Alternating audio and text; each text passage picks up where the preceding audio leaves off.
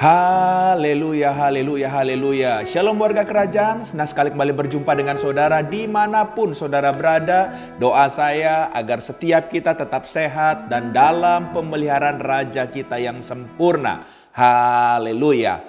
Nah, saudara masih dalam serial tentang kemerdekaan, saudara ya. Hari ini saya ingin berbicara bagaimana kemerdekaan itu seharusnya bagi iman percaya kita sebagai warga kerajaan surga. Haleluya. Nah, saudara terkasih dalam Tuhan, banyak orang menganggap remeh ya tentang arti kemerdekaan bagi kita orang percaya. Sebetulnya ini nggak boleh disepelekan karena kemerdekaan bagi kita orang percaya itu adalah artinya kemenangan atas maut dan terbebasnya kita semua dari belenggu dosa. Nah, kita tahu sama-sama bahwa inilah yang paling esensi bagi kita umat manusia. Kita perlu ya untuk kita menang atas maut. Kita perlu untuk terlepas dari belenggu dosa. Oleh sebab itu ya yang bisa mengerjakan ini cuma satu pribadi ya yang menganugerahkannya kepada kita, yaitu kemerdekaan itu diberikan. Siapa dia?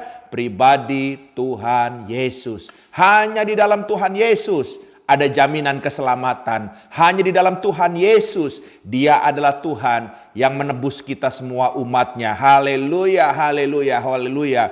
Oleh sebab itu, sebagai orang percaya, ya, karena kemerdekaan ini diberikan Tuhan secara cuma-cuma, tapi bagian kita sebagai anak Tuhan, kita harus mengerjakan bagian kita untuk menghidupi kemerdekaan, untuk mempermuliakan nama Raja kita. Haleluya. Ya, oleh sebab itu mari kita belajar ada beberapa arti kemerdekaan bagi kita, anak Tuhan yang diberikan anugerah ini. Yang pertama, saudara terkasih dalam Tuhan, mari kita lihat sama-sama dalam Roma pasal 8 ayat yang kedua dikatakan, Roh yang memberi hidup telah memerdekakan kamu dalam Kristus dari hukum dosa dan hukum maut. Jadi saudara terkasih dalam Tuhan, yang pertama dari kebenaran firman Tuhan ini jelas.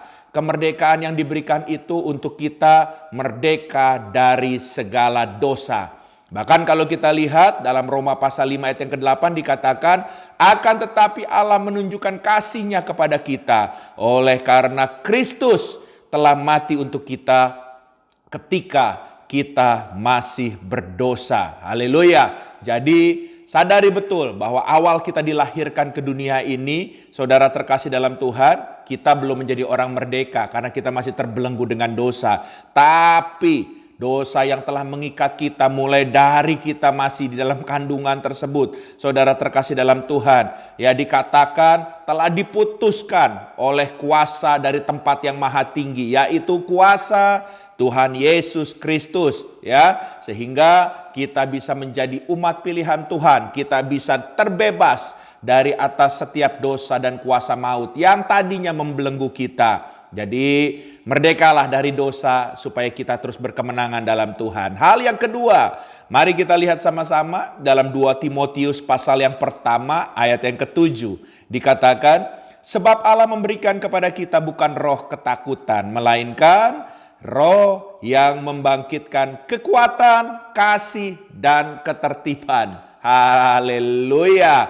Jadi hal yang kedua, kita diberikan kemerdekaan dari segala rasa takut. Ya, sebab hari-hari ini kita tahu bahwa kita semua sedang berjalan di dalam sebuah dunia yang penuh ketakutan dan kecemasan.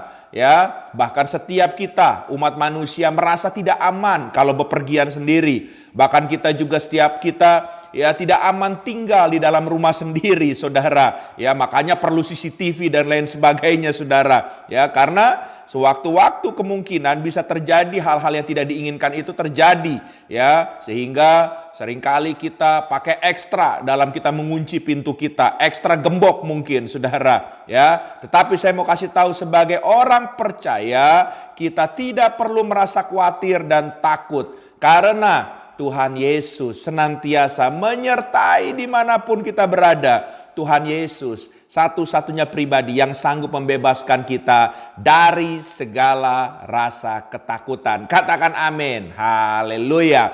Hal yang ketiga, saudara, mari kita lihat sama-sama dalam 1 Petrus pasal yang kedua, ayat yang ke-24. Dikatakan, oleh bilur-bilurnya kamu telah sembuh.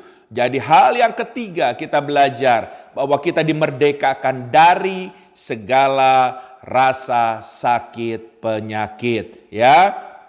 Sebab Yesus adalah dokter di atas segala dokter, tabib di atas segala tabib. Yesus telah menyediakan kesembuhan bagi kita semua, bagi orang percaya kepada Dia, ya. Oleh sebab itu, jangan sia-siakan anugerah ini, ya. Makanya saudara terkasih dalam Tuhan, bangkitkan selalu iman percaya kita kepada Tuhan. Karena melalui iman kepada Tuhan, Dia akan menyembuhkan kita dari segala rasa sakit penyakit. Haleluya, Tuhan memberkati. Haleluya. Yang keempat, saudara, ya, mari kita lihat sama-sama dalam 1 Petrus pasal yang kedua, ayat yang ke-24. Dikatakan, Ia sendiri telah memikul dosa kita dalam tubuhnya di kayu salib, supaya kita yang telah mati terhadap dosa hidup oleh kebenaran. Haleluya, haleluya. Jadi saudara terkasih dalam Tuhan, Tuhan memberikan kemerdekaan yang 4 dari segala kematian, ya. Karena kenapa Tuhan begitu baik sama kita? Karena Yohanes 3 ayat 16 dikatakan, karena begitu besar kasih Allah akan dunia ini, Ia mengaruniakan anak yang tunggal, supaya setiap orang yang percaya kepadanya tidak binasa, melainkan beroleh hidup yang kekal. Bahkan kalau kita lihat Yohanes 10 ayat 10 dikatakan, Aku datang supaya mereka mempunyai hidup dan mempunyai dalam segala kelimpahan. Jadi ini dipastikan saudara terkasih dalam Tuhan. Yesus mati di atas kayu salib, tapi Dia bangkit kembali dari segala kematian. Supaya apa? Supaya kematian menjadi jalan masuk kehidupan di surga dan tidak lagi merupakan akhir dari kehidupan manusia. Saudara dan saya sebagai orang percaya mendapat jaminan keselamatan yang datang dari Tuhan karena Dia sudah membukakan jalan tersebut. Haleluya, haleluya. Yang kelima, saudara terkasih dalam Tuhan, mari kita lihat sama-sama Filipi pasal 2 ayat yang keempat. Ya, dikatakan janganlah tiap-tiap orang hanya memperhatikan kepentingannya sendiri, tetapi kepentingan orang lain juga.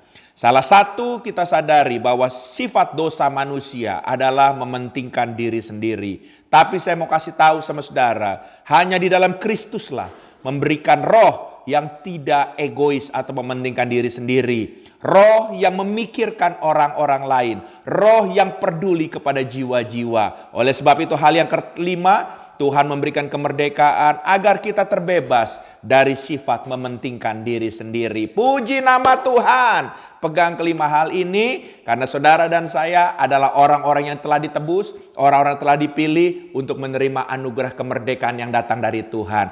Tuhan memberkati. Izinkan saya berdoa buat saudara. Bapa, hamba berdoa dalam nama Yesus. Setiap kami para pendengar kebenaran firman Tuhan, biarlah Engkau meneguhkan, Engkau mengokohkan kemerdekaan atas setiap kami. Kami betul-betul menjadi pelaku firman Tuhan. Dan kami betul-betul merdeka di dalam Tuhan. Tuhan yang berdaulat dalam hidup kami, memimpin setiap langkah kami masuk dalam rencanamu yang sesungguhnya. Dalam nama Yesus. Haleluya.